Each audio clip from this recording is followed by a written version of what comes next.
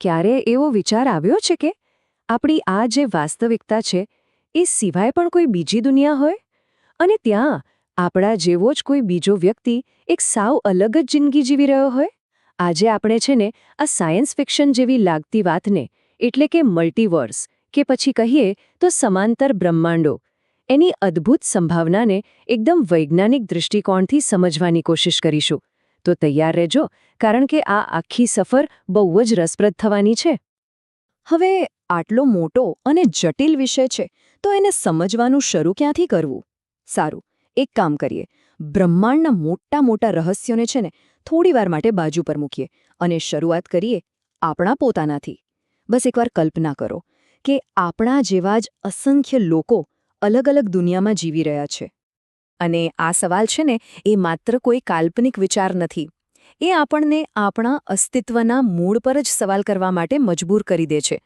વિચારો કે જે જીવન આપણે અત્યારે જીવી રહ્યા છીએ એ જ એકમાત્ર સત્ય ન હોય તો?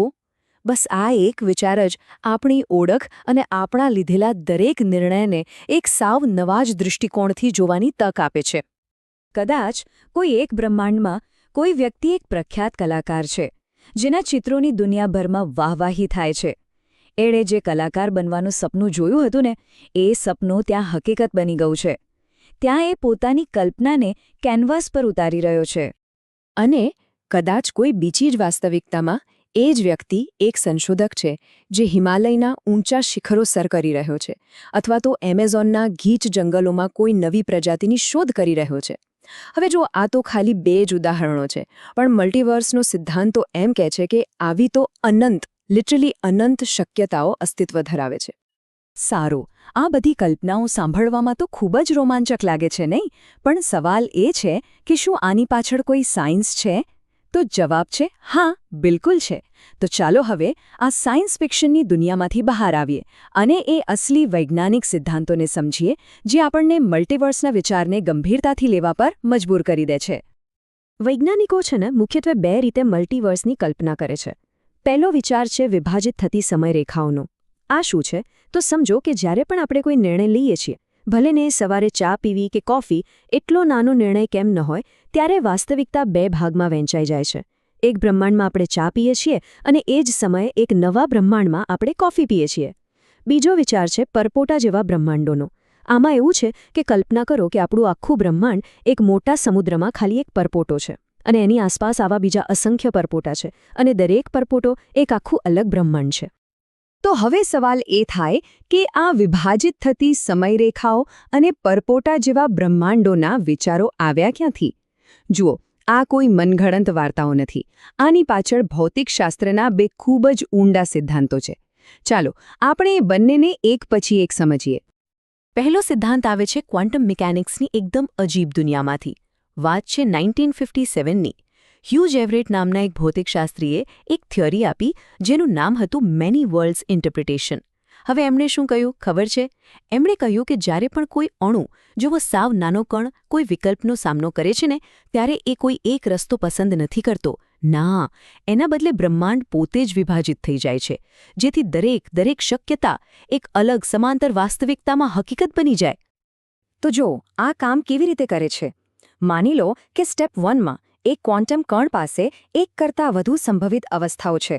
હવે સ્ટેપ 2માં શું થાય? એ કોઈ એક અવસ્થા પસંદ નથી કરતો. એના બદલે બ્રહ્માંડ પોતે જ દરેક સંભાવના માટે અલગ અલગ શાખાઓમાં વહેંચાઈ જાય છે. અને ફાઇનલી સ્ટેપ 3માં આ દરેક શાખા એક સંપૂર્ણપણે નવી સ્વતંત્ર વાસ્તવિકતા બની જાય છે. આનો સીધો મતલબ એ થયો કે અત્યારે આ જ ક્ષણે અસંખ્ય નવી દુનિયાઓ બની રહી છે. ઓકે, તો હવે બીજા સિદ્ધાંત પર આવીએ. આ સિદ્ધાંત આપણને છેક બ્રહ્માંડના જન્મ સુધી એટલે કે બિગ બેંગ સુધી લઈ જાય છે. વૈજ્ઞાનિકો એવું માને છે કે બિગ બેંગ પછી તરત જ એક સેકન્ડના પણ બહુ જ નાના ભાગમાં બ્રહ્માંડ અત્યંત ઝડપથી ફેલાયું. આ પ્રક્રિયાને કહેવાય છે કોસ્મિક ઇન્ફ્લેશન. અને આ સિદ્ધાંતનું હાર્દ એ છે કે આ જે ફેલાવાની પ્રક્રિયા હતી ને એ કદાચ બધે એક જ સમયે અટકી નહીં હોય. અને બસ આ જ વિચાર પરપોટા જેવા બ્રહ્માંડોની થિયરીને જન્મ આપે છે. થયું એવું કે જ્યાં ઇન્ફ્લેશન અટક્યું ત્યાં એક બ્રહ્માંડ બની ગયું, જેમ કે આપણું. પણ જ્યાં એ ચાલુ જ રહ્યું ત્યાંથી બીજા નવા બ્રહ્માંડો બનતા જ રહ્યા. આનો મતલબ એવો થાય કે આપણું બ્રહ્માંડ તો એક વિશાળ કોસ્મિક ફીણમાં ખાલી એક નાનકડો પરપોટો છે અને એની આસપાસ બીજા અસંખ્ય બ્રહ્માંડો તરી રહ્યા છે. અને સૌથી મજાની વાત તો એ કે એમના ભૌતિક નિયમો પણ આપણાથી સાવ અલગ હોઈ શકે છે. સારું, આ બધી થિયરીઓ સાંભળવામાં તો બહુ જ રસપ્રદ છે, પણ વૈજ્ઞાનિકો માટે સૌથી મોટો સવાલ તો એ છે કે ભાઈ, પુરાવા ક્યાં છે? જો બીજા બ્રહ્માંડો ખરેખર હોય તો શું આપણે એને શોધી શકીએ? ચાલો જોઈએ કે વૈજ્ઞાનિકો આ રહસ્યને ઉકેલવા માટે અત્યારે શું કરી રહ્યા છે. બીજા બ્રહ્માંડોને શોધવાની ચાવી છે ને, એ કદાચ આપણા જ બ્રહ્માંડના ભૂતકાળમાં છુપાયેલી છે. વૈજ્ઞાનિકો અત્યારે કોસ્મિક માઇક્રોવેવ બેકગ્રાઉન્ડ એટલે કે CMBનો અભ્યાસ કરી રહ્યા છે. આ શું છે? તો સમજો કે આ બિગ બેંગ પછી બચેલી સૌથી જૂની ગરમી અને પ્રકાશ છે, જે આખા બ્રહ્માંડમાં ફેલાયેલી છે. આપણે એને બ્રહ્માંડનો જન્મનો ફોટો પણ કહી શકીએ. તો આ જૂના ફોટામાં આપણને શું મળી શકે? વેલ, વૈજ્ઞાનિકોનું માનવું છે કે જો ભૂતકાળમાં ક્યારે આપણો પરપોટો બ્રહ્માંડ બીજા કોઈ પરપોટા બ્રહ્માંડ સાથે ટકરાયો હોય તો એની નિશાની આ CMBમાં રહી ગઈ હશે. આ ટક્કરની જગ્યાએ CMBમાં એક ઠંડો ડાઘ એટલે કે કોલ્ડ સ્પોટ જોવા મળી શકે છે. અને જો આપણને આવો કોઈ ડાઘ મળી જાય તો એ મલ્ટીવર્સના અસ્તિત્વનો પહેલો નક્કર પુરાવો બની શકે છે.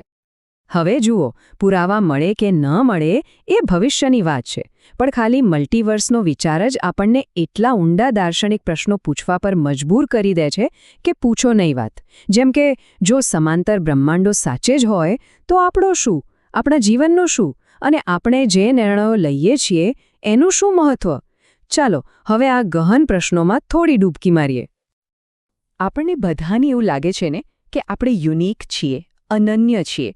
આપણી ઓળખ, આપણા અનુભવો, આપણી યાદો બધું આપણું પોતાનું છે.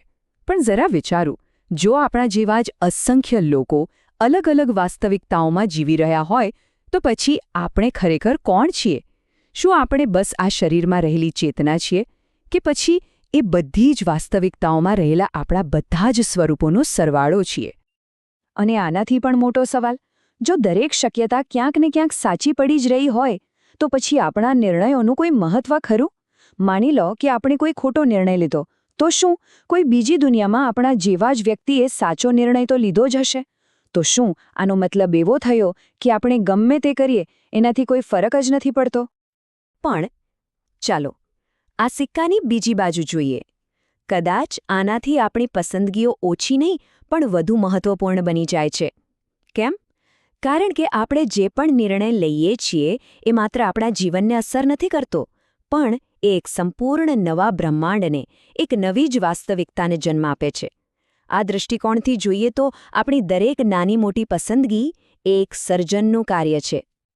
તો આમ મલ્ટીવર્સનો આ વિચાર આપણને નિયતિ અને સ્વતંત્ર ઈચ્છા એટલે કે ફેટ અને ફ્રી વિલ એની વચ્ચેની સદીઓ જૂની ચર્ચા પર ફરીથી વિચાર કરવા માટે મજબૂર કરી દે છે. શું આપણું જીવન પહેલેથી લખાયેલું છે કે પછી આપણે આપણા ભાગ્યના ઘડવૈયા છીએ? અને મલ્ટીવર્સ તો આ બંને શક્યતાઓને એકસાથે સાચી ઠેરવી શકે છે, જે ખરેખર આપણી સમજણની બહારની વાત છે. અને આ સફરના અંતમાં આપણે ફરી પાછા એ જ સવાલ પર આવીએ છીએ જ્યાંથી શરૂઆત કરી હતી. જો શક્યતાઓ અનંત છે અને વાસ્તવિકતાઓ પણ અનંત છે, તો આ અનંતતાની વચ્ચે આપણા હોવાનો ખરેખર અર્થ શું છે? જુઓ, આનો કોઈ સીધો સાધો જવાબ તો નથી, પણ કદાચ જવાબ એ છે કે આપણે આ ક્ષણે જે જીવન જીવી રહ્યા છીએ, જે પસંદગીઓ કરી રહ્યા છીએ, એ જ આપણી એકમાત્ર અને સૌથી મહત્વપૂર્ણ વાસ્તવિકતા છે. બસ આ જ વિચાર સાથે આજે આપણે અહીં અટકીએ છીએ. વિચારતા રહેજો.